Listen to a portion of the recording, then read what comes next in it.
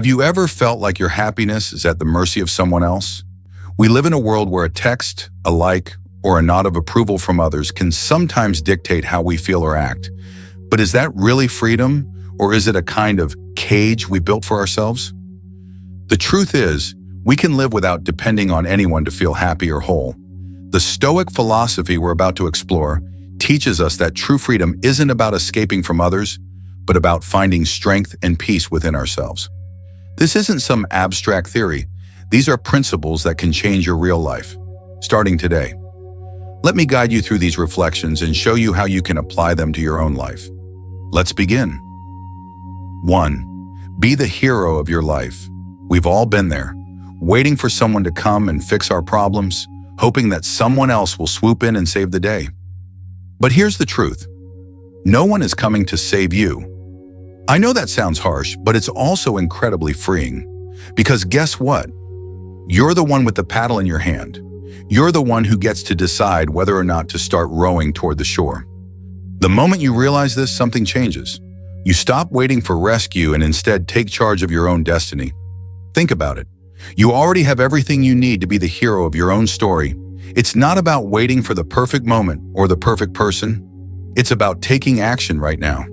Just like Tony Stark didn't wait for someone else to build his Iron Man suit, you don't have to wait for someone to hand you the life you want.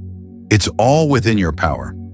This realization comes from the Stoic philosopher Epictetus, who said it's not what you have or who you are or where you are that makes you happy or unhappy.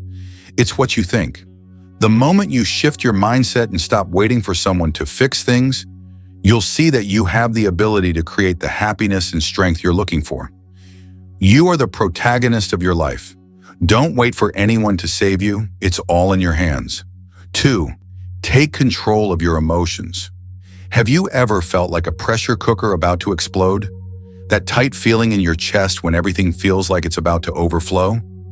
Here's the thing. You can't keep letting your emotions control you. It's not just about avoiding outbursts or suppressing your feelings.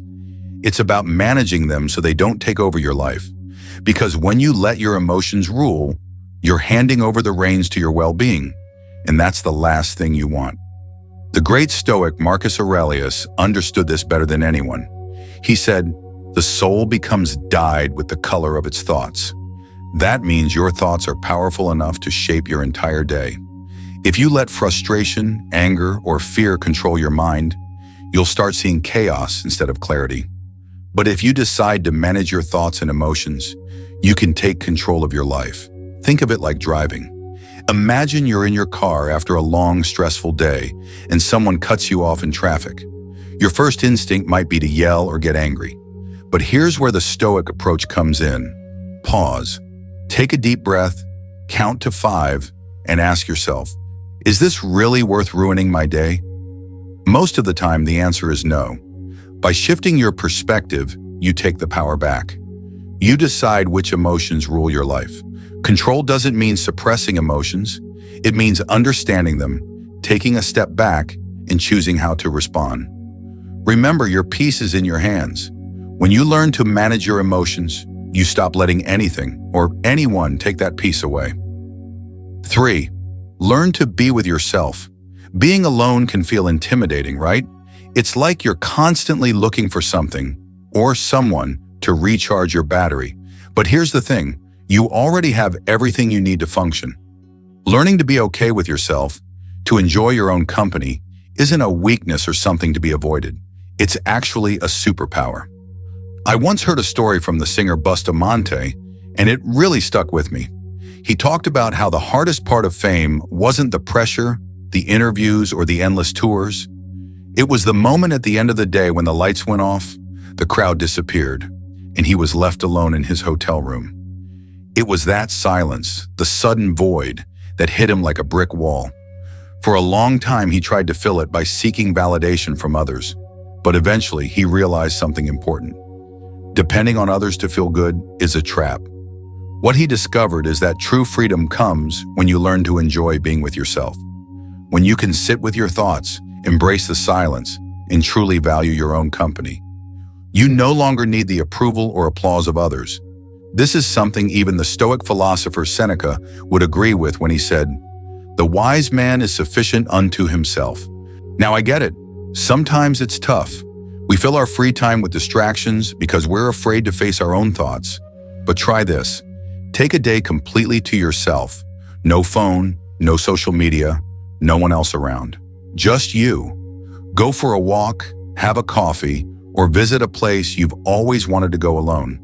When you allow yourself that space, you'll start to realize that you don't need anyone else to feel complete. Everything you've been searching for is already inside you. 4. Let go of what weighs you down. Imagine this. Your calendar is packed with commitments you don't want to keep, but you feel obligated to. There's always someone who needs your help, a meeting you can't miss, or a call that can't wait. And then there are the people in your life who bring nothing but drama, people who rarely check in on how you're doing, but always expect you to carry their emotional baggage. It's exhausting, right? But here's the kicker. You're the one holding on to all of this. The truth is, you're carrying more than you need. Toxic relationships, unproductive habits, fears that hold you back. It's like trying to run a marathon in a diving suit.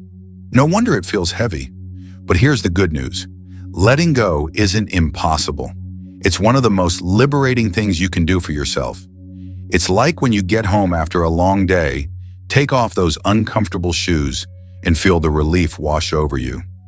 Imagine that feeling, but 1,000 times more freeing. That's what it's like when you let go of what's weighing you down. You can't control everything.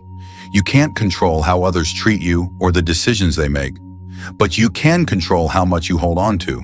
As Epictetus, the Stoic philosopher, wisely said, "We control our actions, not what others do." That's the key. You decide what you carry and what you let go. Start by dividing your worries into 2 lists. What you can control, your decisions, your actions, your time, and what you can't control, other people's opinions, the past, expectations from others. Then look at the second list and tell yourself, it's not up to me. Let it go. When you release the things you can't control, you'll realize just how much lighter and freer you feel. Letting go doesn't mean you're losing something. It means you're making room for what truly matters. It's about prioritizing yourself and your well-being. So, what can you let go of today? You have the power to decide. 5. Lose the fear of rejection. Let me tell you a story. There was a little bird that lived in a beautiful golden cage.